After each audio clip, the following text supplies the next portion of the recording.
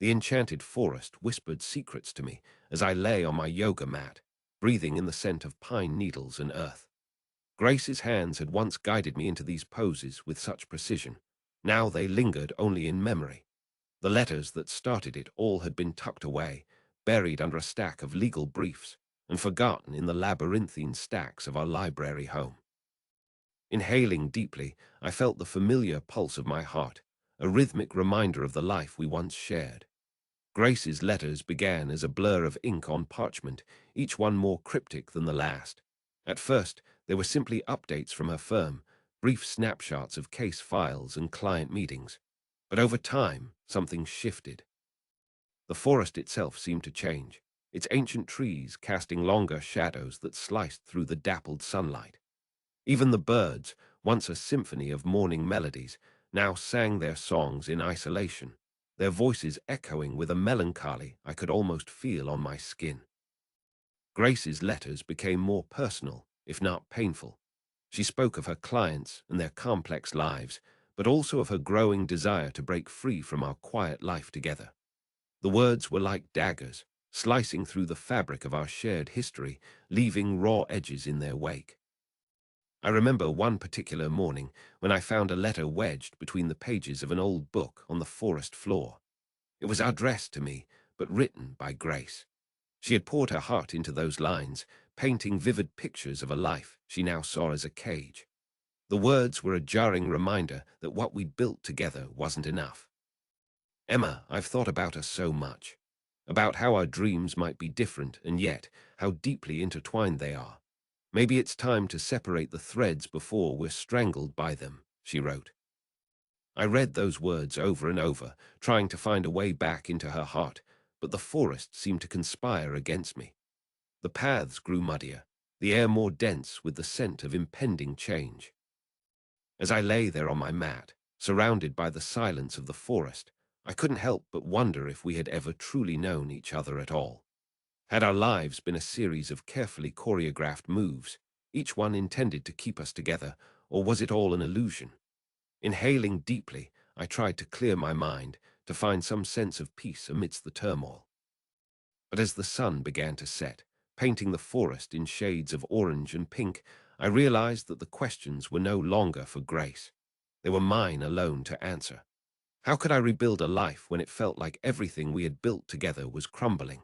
The letters lay forgotten, but their echoes remained, haunting every step I took through the enchanted woods.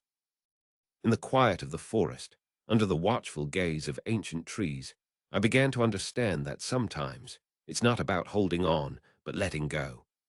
But as the last light of day faded, casting the forest into shadow, I couldn't help but wonder if true renewal could ever come from such painful beginnings. The evening light had long faded when I finally stumbled back to our library home, the silence of the forest still ringing in my ears.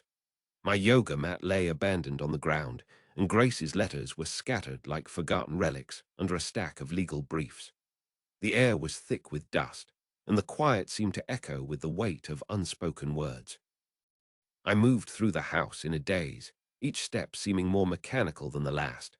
The kitchen was empty, save for an old teapot on the stove that promised comfort but offered no warmth. I poured water into it anyway, watching as steam rose lazily into the air. It was a familiar ritual, one that had anchored me during the coldest moments of our relationship. As I made my way to the library, where Grace and I had spent countless hours surrounded by books, the room seemed different. The shelves were still lined with volumes of law and literature, but now they felt like barriers rather than companions.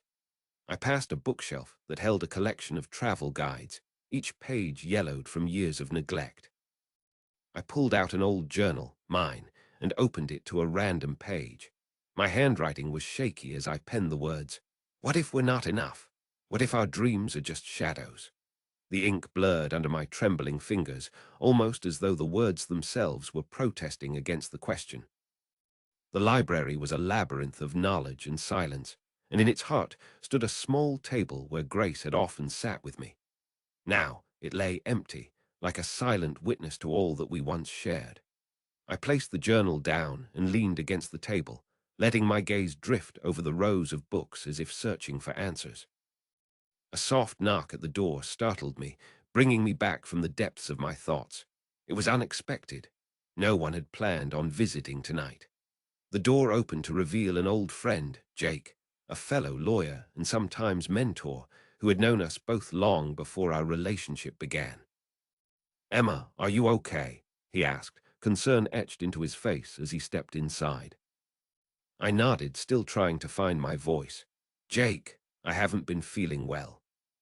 He pulled up a chair beside me and patted the arm of the table gently. "What's going on?" "I don't know," I admitted, tears gathering in my eyes but remaining unshed. "Grace and we've had some letters, things that have changed everything." I paused, choosing my words carefully. "She wrote about breaking free from our life together, finding her own path, and now it's like there's no going back." Jake listened intently, his expression a mix of empathy and confusion. "That sounds incredibly hard.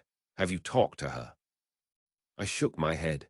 "Not yet, I just don't know where to start." My voice cracked as I spoke, and Jake placed a comforting hand on mine. "Let's start by talking it out," he suggested. "You've both been through a lot together. Maybe rehashing everything can help clear the air." I nodded slowly. "Maybe you're right." We sat in silence for a moment before I continued. "She wrote about how our dreams might be different and yet how deeply intertwined they are. But now, it's like we've reached a point where there's no turning back." Jake took my hands in his, offering silent support. "Emma, have you considered what you want? What do you think is best for you?" The question hung heavy between us. In that moment, I realized that the answers lay within me, not in Grace's letters or our shared history. "I need to figure it out," I said finally, pulling my hands away from Jake and standing up straight. "I can't keep living in this limbo. Maybe we both deserve better." Jake nodded understandingly. "Take your time. You're strong enough to handle whatever comes next." As I walked towards the door, a sense of clarity began to settle over me. Grace's letters had torn at our relationship like a storm, but they also provided an opportunity for growth and self-discovery. Maybe it was time to let go not just of her, but of the life we'd built together. Back in the library, I closed the journal and placed it back on the shelf. The journey ahead would be difficult, filled with uncertainty and pain, but perhaps it was necessary if I wanted to find my own path. With a deep breath, I stepped outside into the twilight, ready to face whatever lay ahead. The forest waited, its ancient trees watching over me as I began to walk towards the unknown. The first rays of dawn broke through the canopy of the forest, casting golden light that bathed everything in an ethereal glow. The air was crisp and fresh, carrying the scent of new beginnings. I stood at the edge of the woods, my heart pounding with a mix of fear and determination. Jake had driven me here, to this clearing where we'd shared our last moment before his departure for a late-night meeting. "I'm going to leave now," Jake said softly, looking back at me as he gathered his belongings. "Think about what you've decided, and remember, no matter what happens, I believe in you." I nodded, feeling the weight of his support sink into my bones. As he pulled away, I watched him drive off into the early morning light. When the car was out of sight, I turned back to face the forest. The path ahead seemed as daunting as ever, but this time I had a newfound sense of purpose. My yoga mat lay untouched where I'd left it yesterday. Grace's letters were still scattered about, now serving as a reminder rather than a burden. I bent down and gathered them together, placing each one carefully in my pocket. With a deep breath, I began to walk deeper into the woods. The trees seemed to part before me, like they understood the weight of my journey. I passed by the same spots where we'd shared countless moments, where she had shown me poses, where we had discussed our dreams and fears. Each step brought back memories, but also a sense of release. As I walked, I replayed Grace's letters in my mind. Her words were sharp, cutting through the layers of our life together like a surgeon's scalpel. But beneath those words lay the truth, that our paths might be different, yet we had always been intertwined in ways that went beyond what she could fully express. I stopped at a small clearing where the sun was just beginning to rise, casting a warm, golden light on everything. The forest floor was covered with dew-covered leaves and soft moss. I sat down and took out one of Grace's letters, opening it slowly as if breaking a delicate eggshell. "Emma, I've thought about us so much." I read the words again, feeling their weight settle in my chest. There were moments when our lives had been filled with joy, laughter, and endless possibilities. Those times had been real, but now I saw that they were just pieces of a larger puzzle. Maybe it's time to separate the threads before we're strangled by them. She wrote. The words stung, but they also gave me clarity. I couldn't deny what she was saying. Our lives had become tangled in ways neither of us could untangle without pain. But I also realized that this wasn't just about her, it was about both of us. We needed to find our own paths, and that meant letting go. I folded the letter and placed it back into my pocket, along with the others. Then I closed my eyes and took a deep breath, feeling the cool morning air fill my lungs. The forest whispered to me in a gentle, almost comforting way. It seemed to understand the journey ahead. When I opened my eyes again, I felt a sense of peace that had been missing for days. I stood up and walked towards the edge of the woods, where the path would lead me out into the world. As I stepped out, the sun was just breaking over the horizon, casting long shadows across the landscape. The world seemed brighter, clearer. I took another deep breath, feeling a mix of fear and excitement. This wasn't goodbye. It was simply the beginning of a new chapter. Grace's letters had torn at us like a storm, but they also provided an opportunity for growth and self-discovery. Maybe it was time to let go not just of her, but of the life we'd built together.